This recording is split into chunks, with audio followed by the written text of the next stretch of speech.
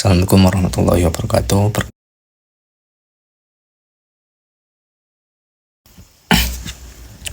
Assalamualaikum warahmatullahi wabarakatuh. Perkenalkan, nama saya Hadik Maulana, NIM 055860.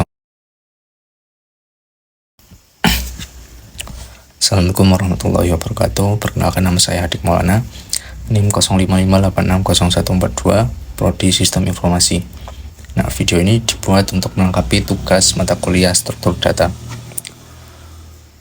Oke, yang pertama-tama, dalam soal terdapat 3 soal yang disuruh untuk membuat 3 program berupa stack, GUI, dan juga quickshot,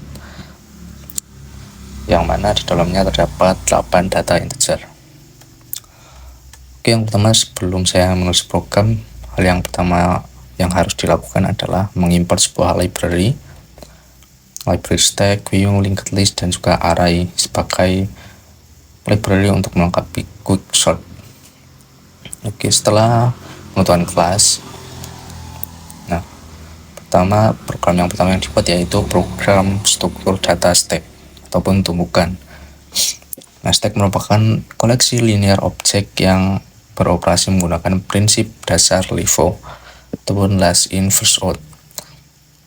Nah, dalam konteks ini, elemen yang pertama yang paling akhir dimasukkan ke dalam data adalah elemen yang wajib pertama kali dikeluarkan. Operasi yang pertama yang saya buat yaitu mendeklarasikan stack, kemudian menggunakan tanda generik berupa integer untuk menyampaikan kepada program bahwa data yang akan dimasukkan berupa data integer. Kemudian deklarasi array berupa 8 angka. Saya di sini menggunakan 8 angka acak, yaitu 43, 24, 12, 33, 65, 76, 44, dan juga 55.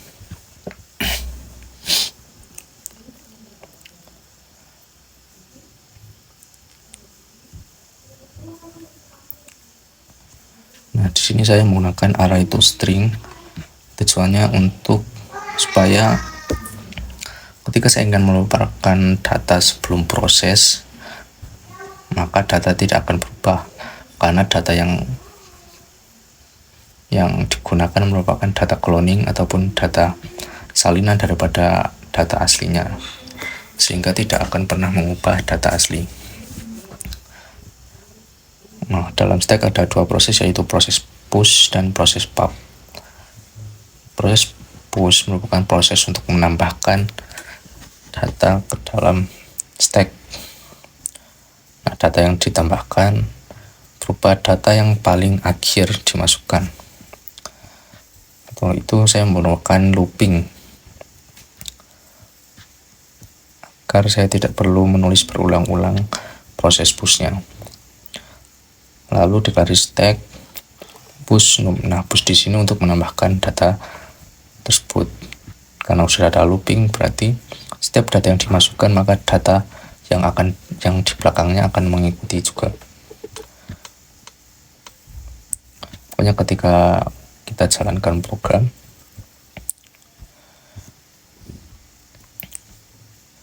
nah, proses push yang pertama muncul adalah angka 43.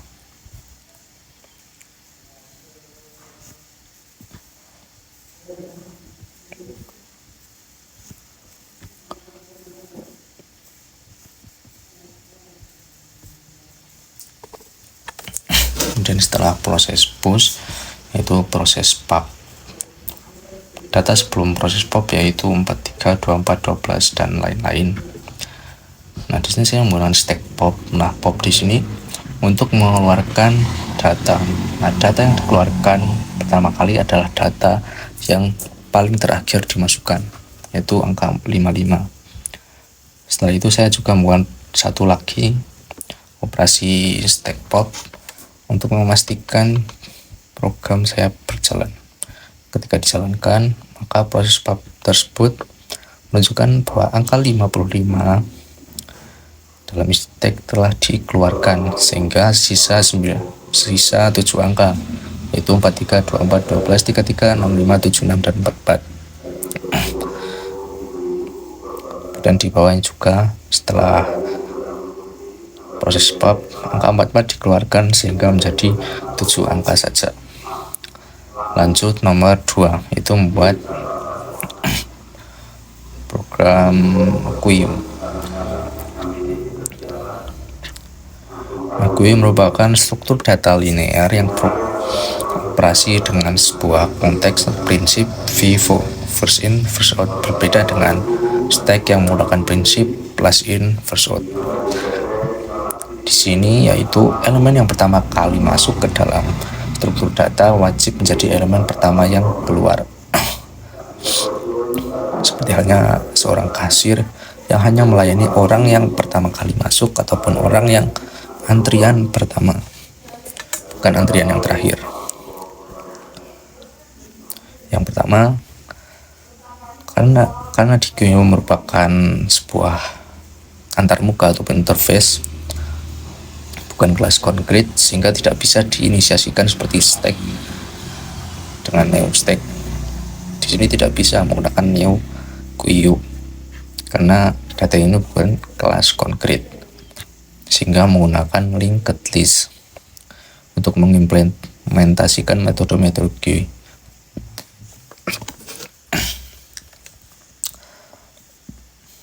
Nah, proses GUI memiliki dua proses, yaitu NGUI dan juga DGUI.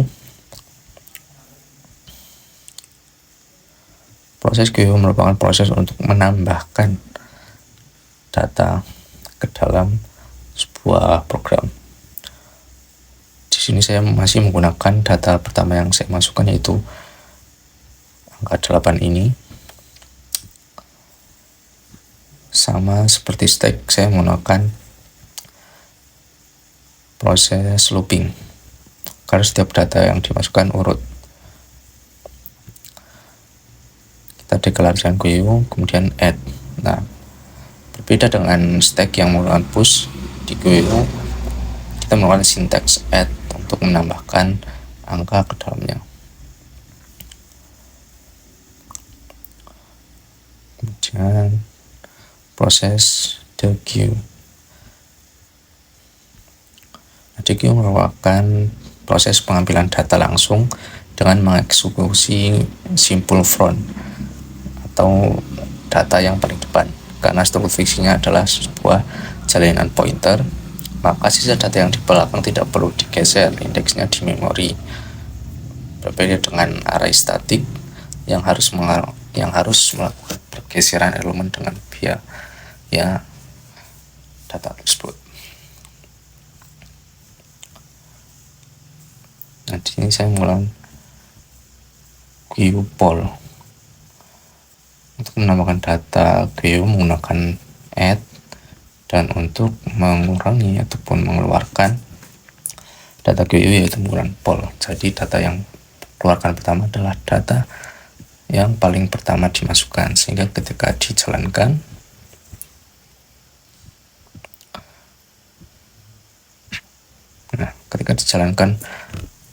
angka yang pertama keluar adalah angka yang pertama kali dimasukkan, yaitu angka 43. Kemudian setelah sisa 7, angka yang pertama kali keluarkan itu angka 24, karena angka 24 berada di depan angka 12 atau angka kedua. Yang terakhir nomor 3, yaitu proses quicksort. Nah, quicksort merupakan algoritma pengurutan nonlinear yang populer dengan kecepatannya, berpusat pada paradigma divide and conquer, yaitu pecah dan taklukkan.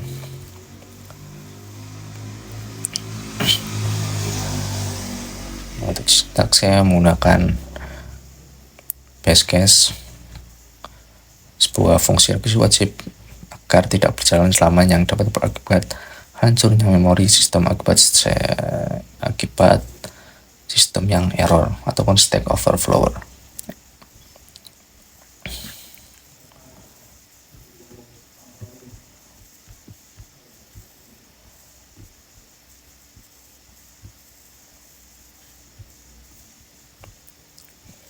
Nah, di sini saya mendeklarasikan P partition untuk memanggil subroutine penata data untuk mencari koordinat penyeimbang. Kemudian quick sort array, di sini array low high.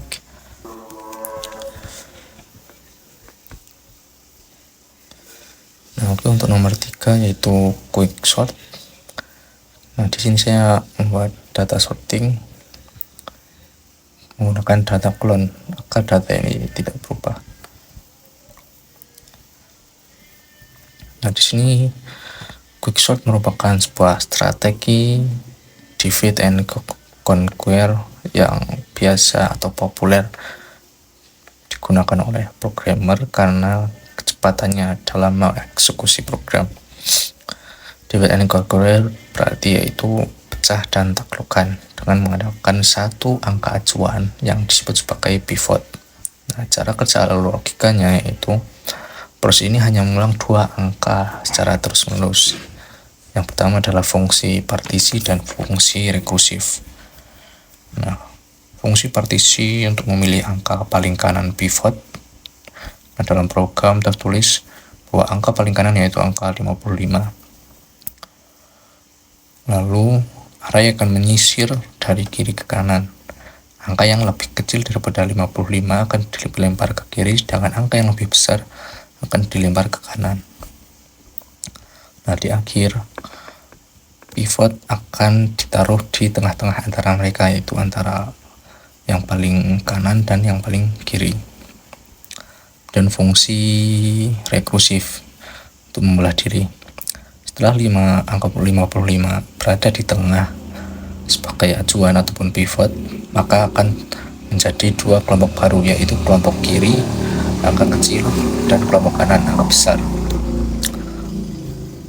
Kelompok kiri akan menjadi angka 12, 43, 24, 33, 44. Kemudian untuk yang kanan menjadi angka 66 dan 76.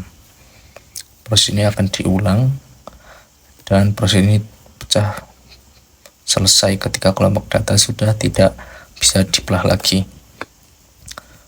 Dan ketika dijalankan, maka proses akan menghasilkan angka yang urut dari yang terkecil ke yang terbesar. Seperti karena sebelumnya angkanya acak dari 43, yang tengah ada 33, 12. Namun setelah proses ini dijalankan, akan menghasilkan sebuah data yang diurutkan dari angka yang kecil, yaitu 12, 24, 33, 43, 44, 45, 65, dan 76. Untuk program lengkapnya seperti ini.